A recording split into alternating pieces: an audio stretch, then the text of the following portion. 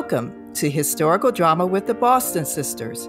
I'm Michonne Boston. And I'm Tequina Boston. We're your hosts and real-life sisters who binge on historical drama.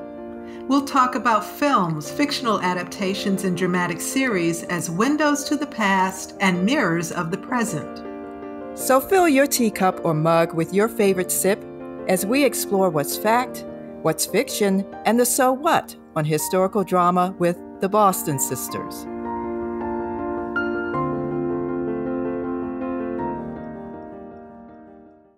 I'm Michonne Boston. And I'm Tequina Boston. Welcome to Historical Drama with the Boston Sisters, where we talk about historical films and dramatic series as windows to the past and mirrors of the present. Listen to past episodes and sign up for our newsletter on our webpage at michonnebostongroup.com/Boston Sisters to stay up to date on new episodes and bonus content. In this episode of Historical Drama with the Boston Sisters, we welcome back Ben Vanstone, showrunner and executive producer for the much-anticipated drama series, A Gentleman in Moscow. This 8-part series is based on author Amor Towles' internationally best-selling novel of the same name. The story centers on the life of Count Alexandre Rostov, played by Ewan McGregor, who in the aftermath of the Russian Revolution finds that his gilded past has placed him on the wrong side of history. Spared immediate execution, Count Rostov is banished by a Soviet tribunal to an attic room in the opulent Hotel Metropol and threatened with death, that is, he will be shot if he ever sets foot outside again. As the years pass and some of the tumultuous decades in Russian history fold outside the hotel's doors, Rostov's reduced circumstances provide him entry into a much larger world of emotional discovery. As he builds a new life within the walls of the hotel, he discovers the true value of friendship, family, and love. Amor Towles' A Gentleman in Moscow was one of our 5-page-to-screen 2023 summer reads for episode 37 of Historical Drama with the Boston Sisters. Alongside Ewan McGregor as Count Rostov in A Gentleman in Moscow are Mary Elizabeth Winstead as glamorous self-made film actress Anna Urbanova, Alexa Goodall as the Count's unlikely young friend Nina Kolikova, Johnny Harris as conflicted secret police officer Osip, and Fenty Balagon as Mishka, the Count's best friend from university. The 8-episode A Gentleman in Moscow series is available on demand and streaming for Paramount Plus subscribers and with the Paramount Plus with Showtime plan in the U.S. We first talked with Ben Vanstone in episode 27 about the remake of the PBS masterpiece series All Creatures Great and Small, where Ben has been showrunner. In that podcast, Ben shared with us the news that A Gentleman in Moscow would become a dramatic series, which we were very excited to hear.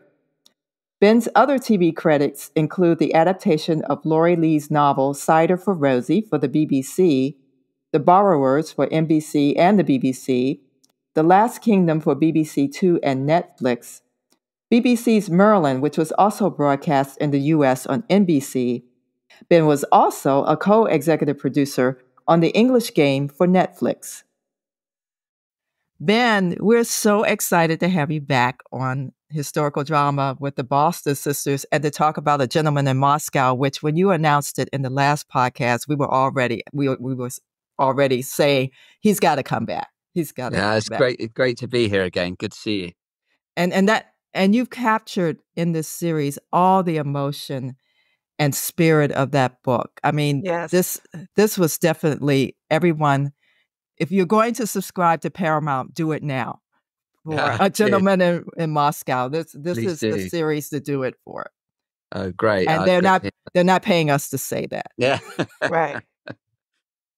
So we realized many people who read this novel, which was originally published in 2016, a lot of people were reading it actually during the pandemic isolation time, perhaps because people could identify with the Count's or Alexander's experience of confinement. How did you become acquainted with the novel, and where were you when you discovered A Gentleman in Moscow? It's interesting, actually. I missed it when it first came out. I didn't read it. It was the project came to me via one of our exec producers, Tom Harper, in 2020 during the pandemic. We were on one of those sort of brief escapes from lockdown where there's sort of everything lifted for a couple of months before it got shut down again. And Tom brought the book to me and asked me if I'd be interested in adapting it for sort of long form TV. So yeah, I was reading it whilst we were in the midst of the pandemic. So it was, like the experience you say a lot of other people had of certainly being able to relate to the Count's sense of confinement, if not completely his situation. We weren't in 5-star hotels, that's for sure. But it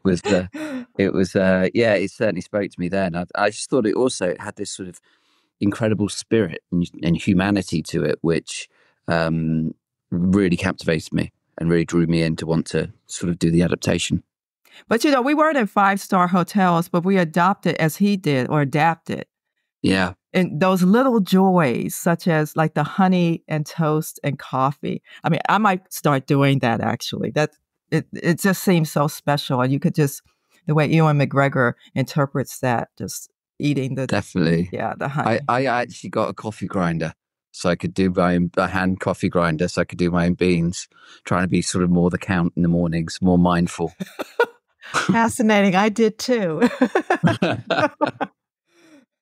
So you're the showrunner and executive producer for this series, and I'm really interested in hearing what were the creative choices you made in order to adapt it from this novel to the screen, because, just the episodes that Michonne and I have seen, we really feel like you picked the flow of the novel and the way that you put together those episodes. So talk a little bit about your process.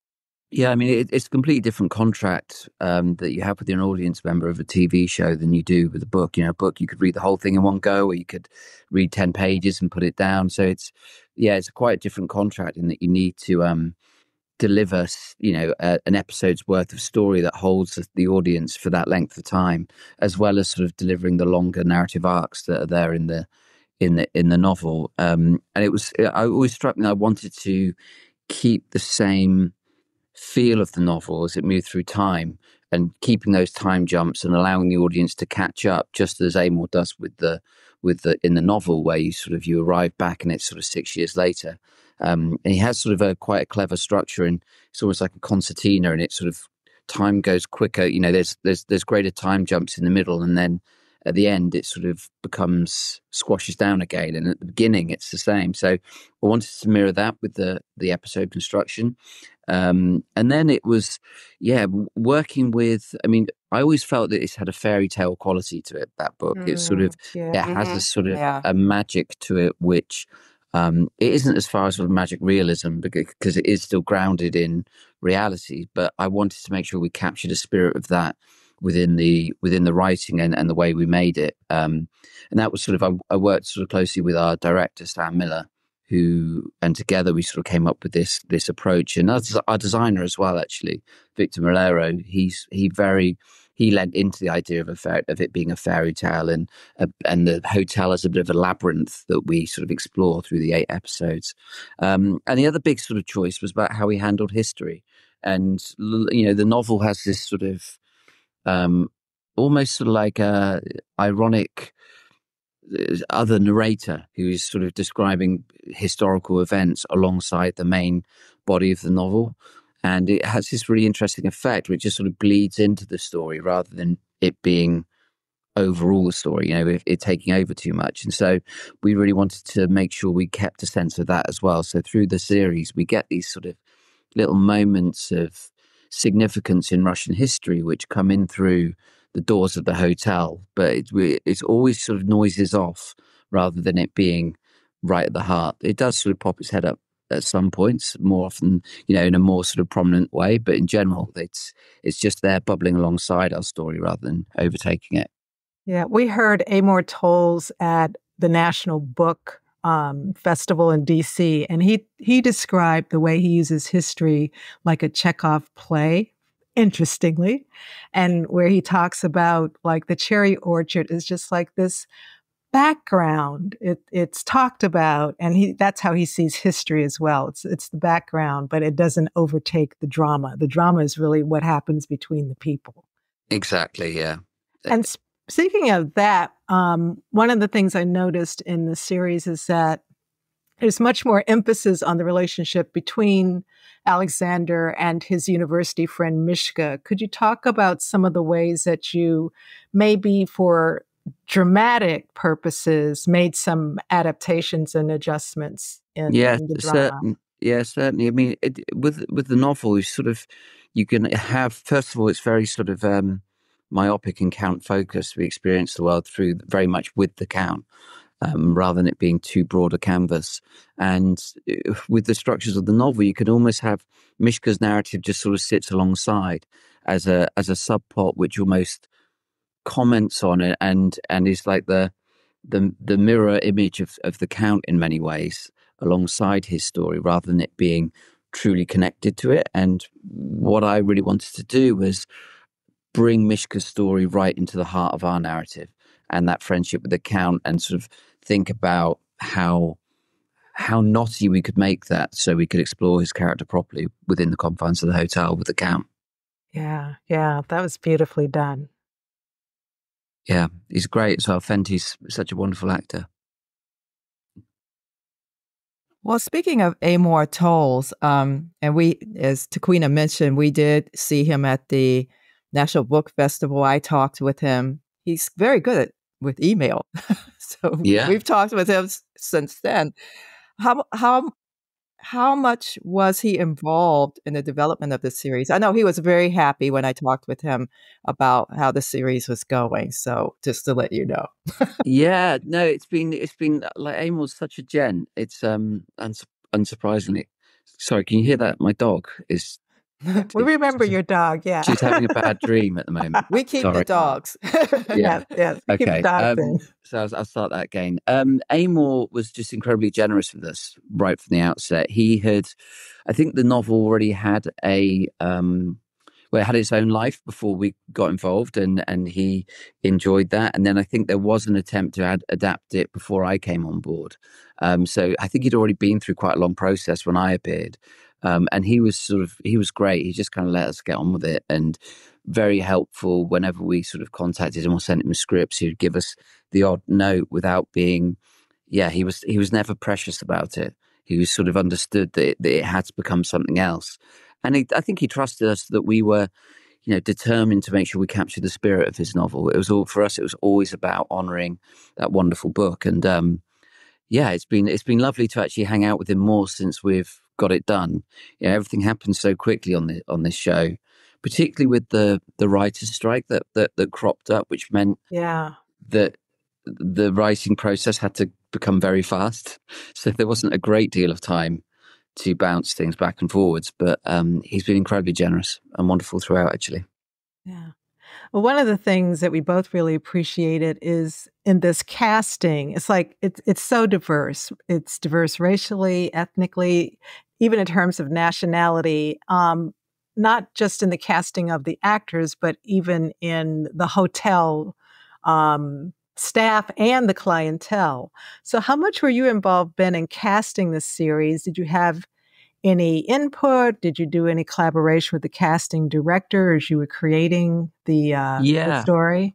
Well, this was, it starts with me and Sam and what the approach you want to have. And there's one way of doing things where you say, all right, everything's got to be absolutely authentic casting, and you've got to make sure that everyone's Slavic or whatever it might be. And then there's another way which sort of accepts that, hang on, we're all speaking English, we're in Russia. Let's just embrace that fact. And again, there's a sort of going back to it being like a fairy tale. We wanted to sort of eschew necessarily the tropes of a period drama. We wanted to have a contemporary feel. And we kind of just thought, for me, these stories are for everyone. They're not just about Russia. There's a universality to the story that we're telling. And if you're going to do that, it feels only right that you represent people universally and allow people of all races and nationalities to feel that they have access to that story. So from the outset, that was our intention. And then we worked very closely with Nathan Toth and Julie Harkin, casting directors, and we found this amazing cast. And it was really it was really brilliant to be able to go out and cast this as widely and as diversely as we have. So yeah, we're really happy with that. And I do think it always goes back to people sort of quibble about authenticity, but the whole thing is artifice. The whole thing is make believe in a way. We're all speaking English in it, and there's Ewan McGregor. It's we're pretending, and so I think that we everyone gets to play in that world for me. Yeah, and it was an international hotel, so yeah. It's likely that there were people from all over the world there. And Michonne has noted a number of Black Americans who went to Russia because of the revolution, because they wanted to see, what was going to happen in that country. I mean, for our listeners and everyone, if you want to know about that, if the Washington Post still has it in their archives, author James McBride, who was a Washington Post writer at that time, did an article about those families who are still in Russia. So if you want to look that up, it's there. There's a lot of Ford workers went out there in the 30s as well, of various nationalities and races, and and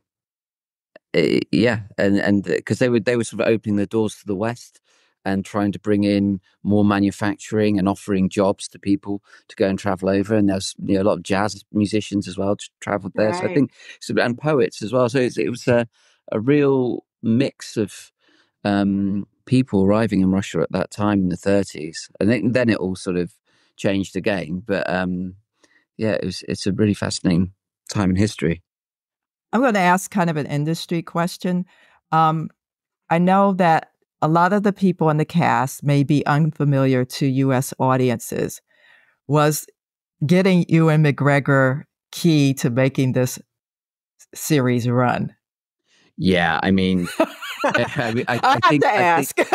I think you have this thing where it's sort of an amber light, where you're green lit, but dependent on casting. And we were desperate to have Ewan. I just thought he was the Count and would be amazing at it. And thankfully he said yes almost straight away. He read the script and was just like, I love it. It's the easiest call I've ever had to do. He just went, I love it. I'm in. Let's go. But then we really had to go because it was sort of August 2022, I think.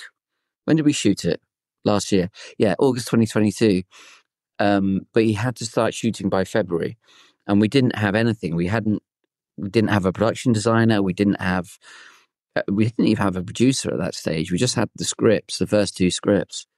And so we just suddenly had to book a space and build a hotel in no time at all. And we got a designer on. I think Victor did his first sort of outlines of the hotel in a week or 2 weeks, and they started building it. And it was just this mammoth undertaking to get this huge hotel built in time for our first day of filming. So it was really properly off to the races. As soon as Ewan said yes, that was it. We were going and going very fast. And that probably relates to my next question about working with your DP, your costume director, and the production designer to create this world of the Hotel Metropol without going to Russia, I assume? Yeah. To Moscow. Couldn't go to Russia. Any sanctions were in place. There's a lot of resources out there in books and photos and references. But also grand hotels sort of there's universality to them. Their whole purpose is really to almost be the same thing in whatever country you find it in. You go into a grand hotel and it's not that different from the one in Paris or Rome or Budapest. So there was lots of references for us. it was just getting together such a brilliant team.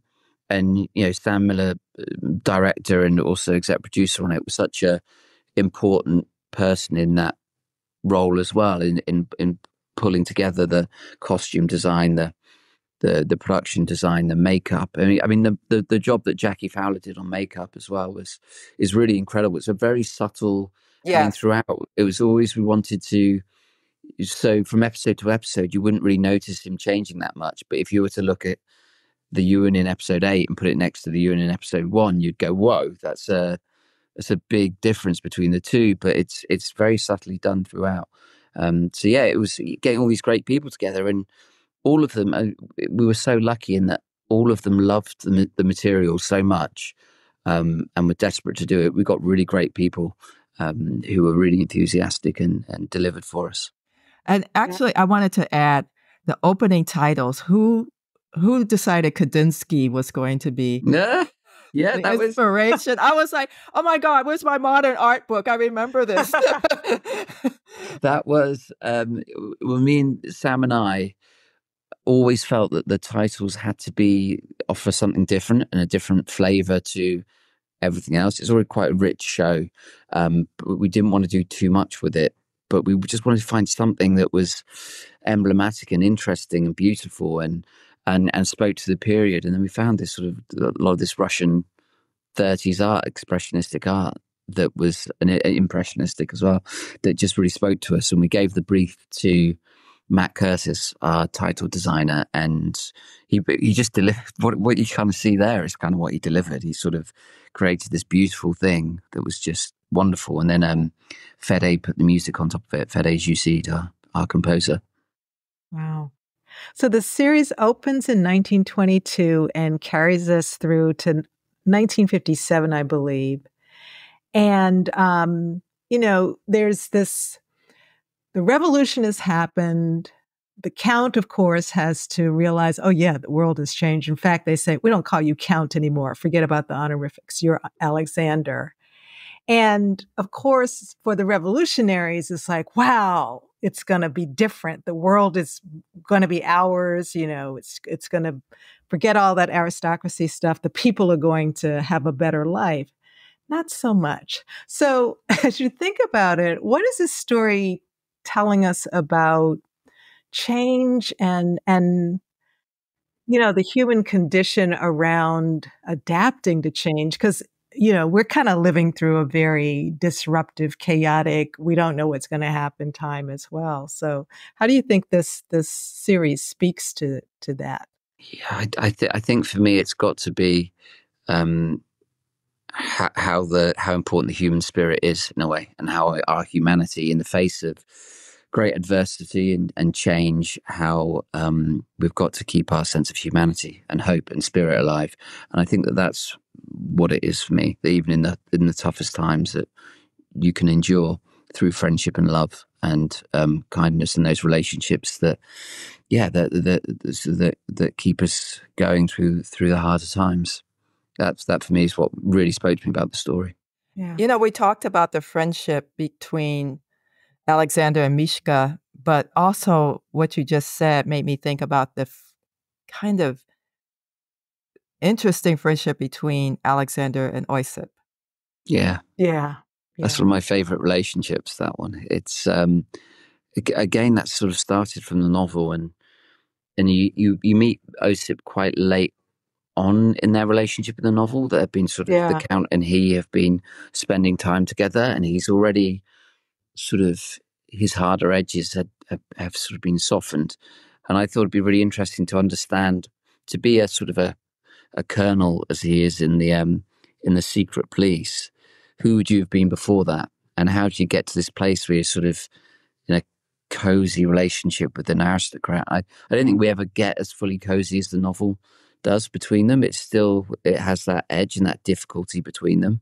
But for me, yeah, he's a really interesting character, and his sort of conflict, and in a way he sort of finds his humanity through the story, his friendship with the Count, and loses everything else, or maybe not. That's a spoiler.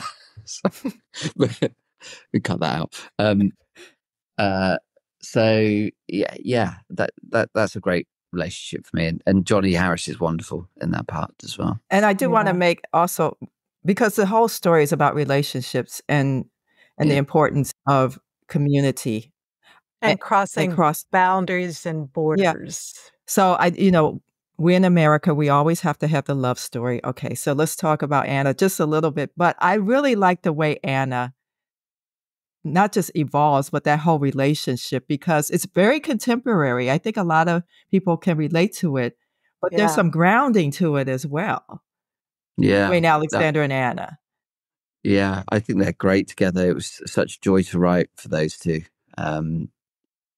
Anna's a brilliant character. I mean, again, in the novel, you see her very much through the Count's perspective, and she doesn't have as much of a life off screen because of the way that novel's formatted. And for me, it's always about bringing that character to life and asking about who she is. Again, what's the truth behind that character who has managed to stay a successful actress through the most difficult times in Russia, and how politically savvy you would have to be to achieve that and to do that. And then it was also about thinking, what does she see in the Count? What's he give her that and she give him that they both need? And they're constantly just drawn together the whole time. And I love that. I love that they're so she's so cheeky with him and dismissive at times, and almost sort of likes him despite himself.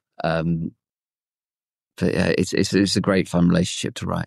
And I just want to say, for casting, the children were brilliantly cast. Wonderful. Yeah. Nina, Sophia. Yeah, they were great. They're Alexa and Billy are just such wonderful little actors.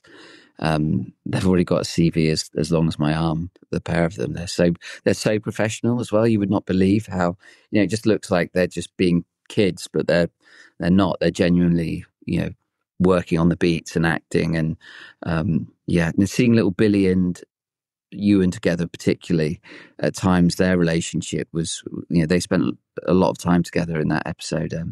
It's really something. So Ben, what do you hope audiences will take away from this series when they watch? We told you, it was a series we needed at this time. It had all the feels. It had the feels. Yeah, it pressed all those buttons, the feel buttons.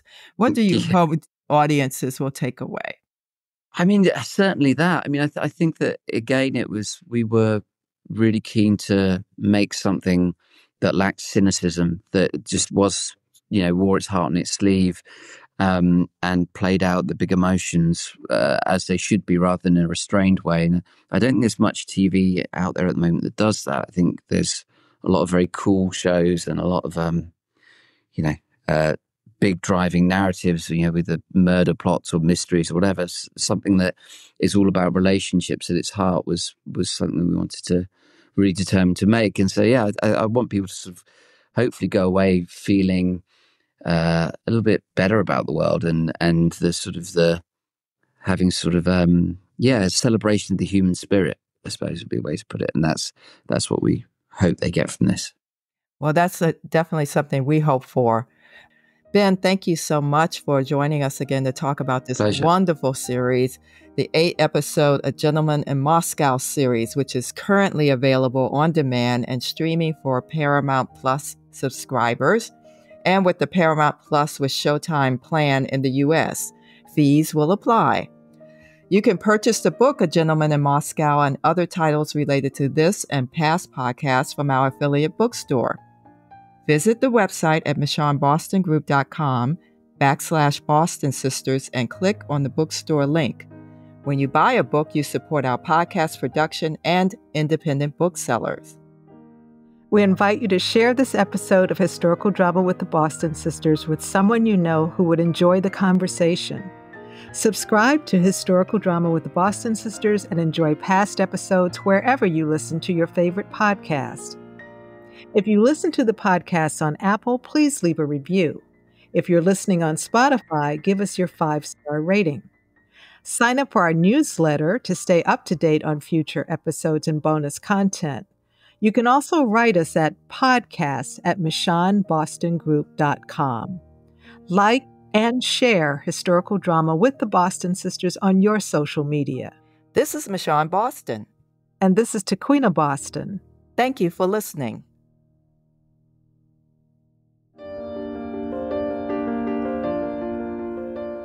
We hope you enjoyed this episode of Historical Drama with the Boston Sisters, a podcast about historical films and series dramas. Visit our webpage at michonnebostongroup.com/Boston Sisters. Tell us what historical dramas you're watching. Who knows? We may do a show about it. Sign up for our newsletter, subscribe to the podcast, and share it with the people you know who binge on historical drama. Historical Drama with the Boston Sisters is brought to you by the Michonne Boston Group. The views and opinions expressed on Historical Drama with the Boston Sisters are those of the speakers and do not represent the positions or views of the Michonne Boston Group, its clients, or affiliates. This is Michonne Boston. And this is Tequina Boston. Thank you for listening.